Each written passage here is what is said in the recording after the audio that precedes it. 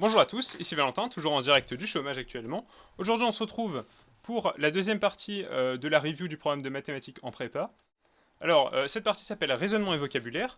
Donc comme son nom l'indique, c'est la deuxième partie, donc si vous n'avez pas vu la première partie, je vous invite à aller la regarder. Donc la première partie, elle s'appelait technique de calcul. Et je ne sais pas si vous avez remarqué, mais en fait dans cette partie, ce qu'on fait, c'est qu'on vous donne des nombres, on vous donne les fonctions, on admet que vous ayez une intuition sur ce que c'est vraiment qu'un nombre, ce que c'est vraiment qu'une fonction, et on vous apprend à faire des calculs avec. Dans cette deuxième partie, ce qu'on va plutôt voir, c'est les fondements. Donc en fait, on va voir l'approche opposée. On va aller regarder ce que c'est que les fondements des mathématiques, et en fait, plus précisément, on va essayer de donner des définitions un peu rigoureuses de ce que c'est qu'un nombre, de ce que c'est qu'une fonction, pour pouvoir après aborder au mieux les notions qu'on va voir plus tard en classe préparatoire. Alors, en logique, en fait, tout repose, enfin, tous les théorèmes reposent sur une base qu'on appelle des axiomes, qui sont en fait des propriétés qu'on suppose vraies. Par exemple, un axiome de la théorie de la géométrie, ce serait par exemple entre deux points passe une et une seule droite. Ça, c'est un axiome de la géométrie. Et donc, l'idée, c'est qu'en maths aussi, on a des axiomes. Voilà. Donc, par exemple, voilà. Donc, on peut représenter ça par des briques élémentaires. Voilà. A, B et C. Et donc, à partir de ces axiomes, l'idée, c'est que la logique, le formalisme de la logique va nous permettre de combiner ces axiomes pour obtenir des théorèmes. Des théorèmes, voilà, alpha, bêta, hop, et donc ça ce sont des théorèmes. Voilà. Et donc l'idée, c'est que dans ce cours, vous allez étudier principalement un, qu'est-ce que c'est que la logique, voilà, donc ces flèches, qu'est-ce qu'elles symbolisent, et ensuite un petit peu qu'est-ce que sont que ces axiomes.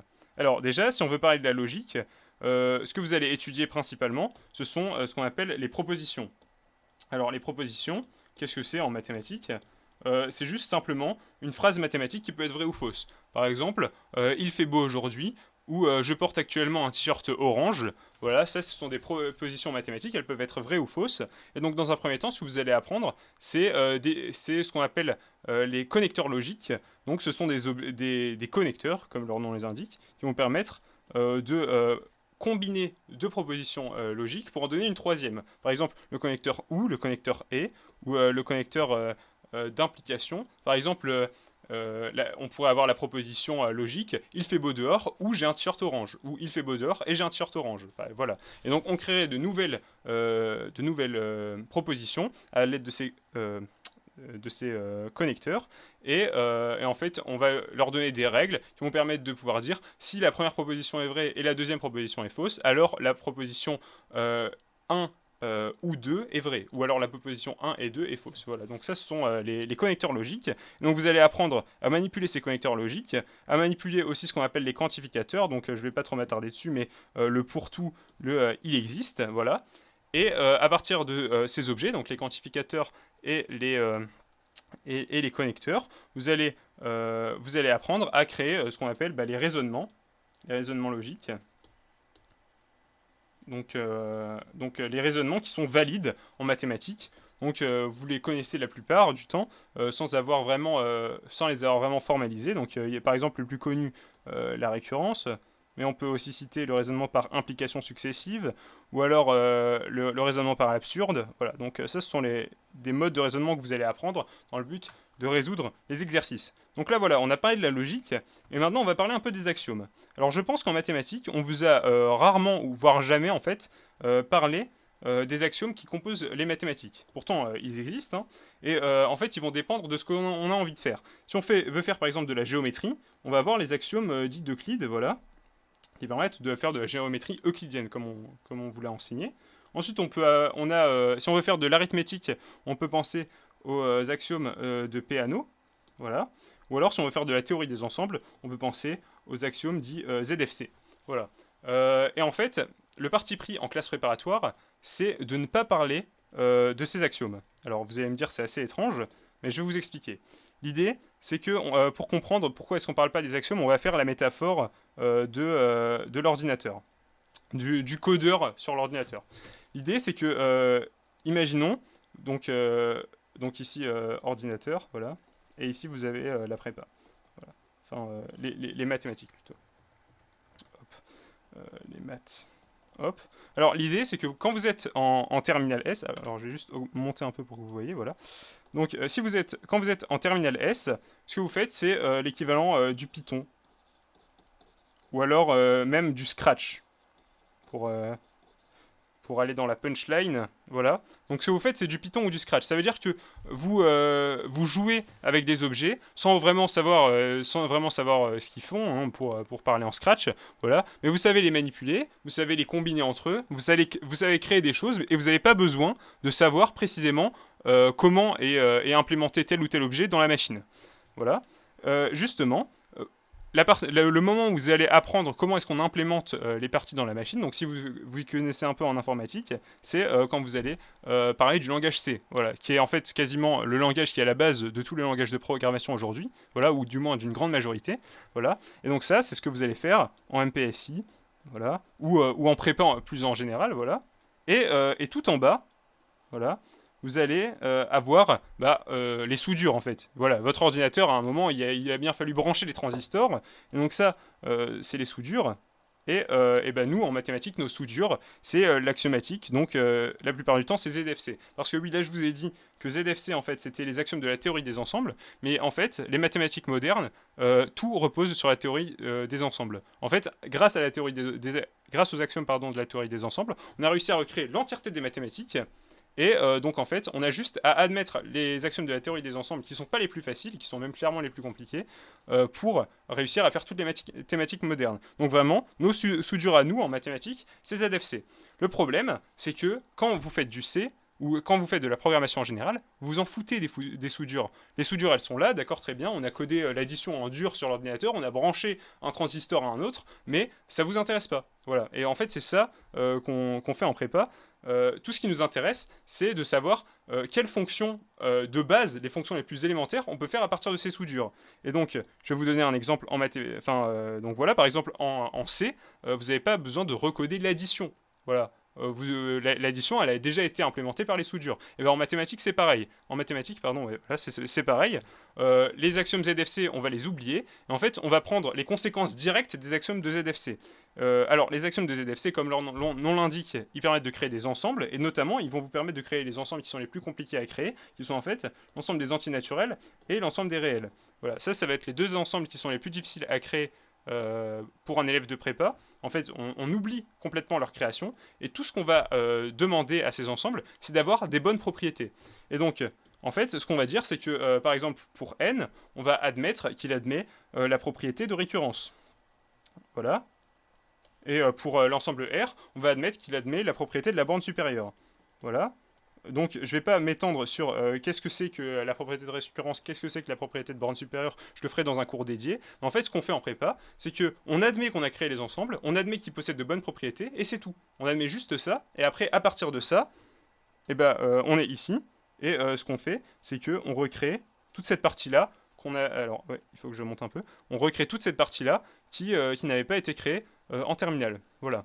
Et donc, ici, donc on va admettre l'existence des ensembles les plus basiques, voilà, N et R, et à partir de ça, ce que vous allez faire dans ce chapitre, c'est faire des opérations sur ces ensembles. Des opérations. Alors, les opérations ensemblistes, la plupart du temps, vous les connaissez. Donc, l'intersection, l'union, voilà, le complémentaire, la différence ensembliste, voilà. Donc, la plupart du temps, ces opérations, vous les connaissez. Vous allez en apprendre de nouvelles, hein, voilà, je vous apprends rien. Vous allez apprendre, voilà, ce qu'on appelle le produit cartésien d'ensemble. Vous allez apprendre ce que c'est que la différence symétrique d'ensemble, mais dans le fond, c'est la même chose. C'est juste des opérations qui vont vous permettre, à partir d'ensembles déjà existants, par exemple N et R, de créer, par exemple, l'ensemble des vecteurs du plan, par exemple. Voilà, ça va être juste des opérations qui vont permettre de, à partir d'ensemble, voilà.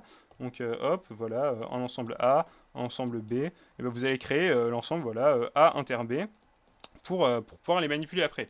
Mais si vous avez un peu d'expérience dans les mathématiques, donc en terminale, vous l'avez, hein, vous savez que la plupart du temps, ce qu'on étudie, c'est pas les ensembles, c'est plutôt ce qu'on appelle les fonctions.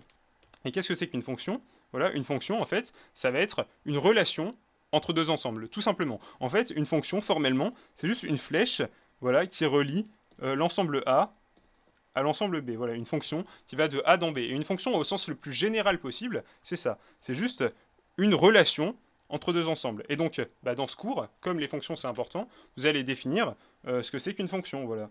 Donc une fonction, vous allez donner sa bonne définition, voilà, et vous allez donner ses bonnes propriétés.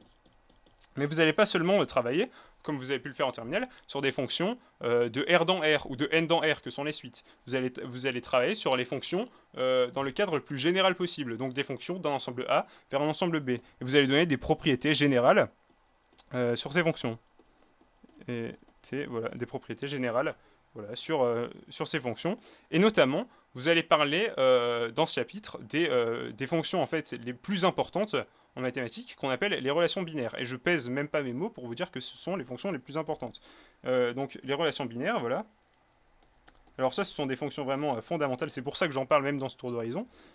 Alors, qu'est-ce que c'est que les relations binaires? Ça va être des fonctions qui vont permettre de comparer les éléments d'un ensemble. Mais les comparer soit pour les classer, soit pour les regrouper. Voilà. Donc, pour les classer, en fait, on va parler de relations d'ordre. Donc, par exemple, les relations d'ordre, vous les connaissez. L'inférieur ou égal dans R. Donc, par exemple, 2,3 est plus petit que pi, voilà, donc ça c'est une relation d'ordre dans R. Mais on pourrait imaginer une relation d'ordre sur l'ensemble des humains qui serait la taille, voilà. Donc lui, il est plus grand que lui, voilà. Donc voilà, une relation d'ordre sur la taille. On pourrait imaginer, alors, d'autres relations d'ordre dont vous avez parlé.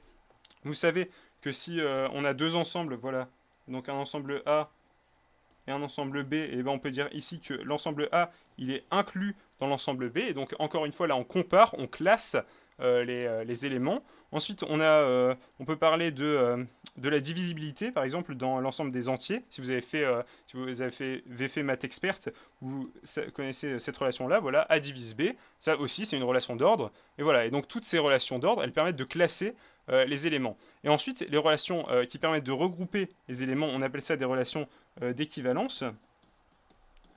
Et donc, ici, les relations d'équivalence les plus connues, donc celle que vous connaissez le plus, c'est la relation d'équivalence sur les entiers, par exemple l'égalité. En fait, l'égalité est une relation d'équivalence. Donc voilà, 4 égale 4, ou plutôt 4 égale 2 plus 2, voilà.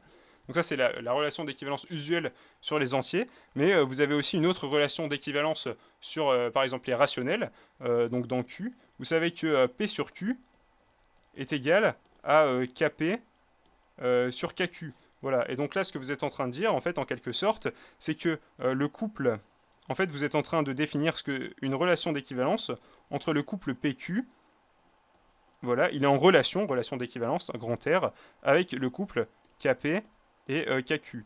Voilà, donc là, en fait, vous êtes en train de définir une relation d'équivalence sur les rationnels. Vous êtes en train de dire qu'un quotient ne change pas si on multiplie son numérateur et son dénominateur par un même nombre non nul. Voilà, vous l'aviez vu en 6ème. Bien, vous savez maintenant que c'était une relation d'équivalence. Voilà. Donc, cette deuxième partie du tour d'horizon sur le programme de MPSI en prépa est terminée. J'espère qu'il vous a plu. Voilà, je vous dis à très bientôt pour la suite de cette review. Il y a encore 3 vidéos normalement sur le programme de maths en MPSI. Donc voilà, je vous dis à très bientôt et je vous dis au revoir.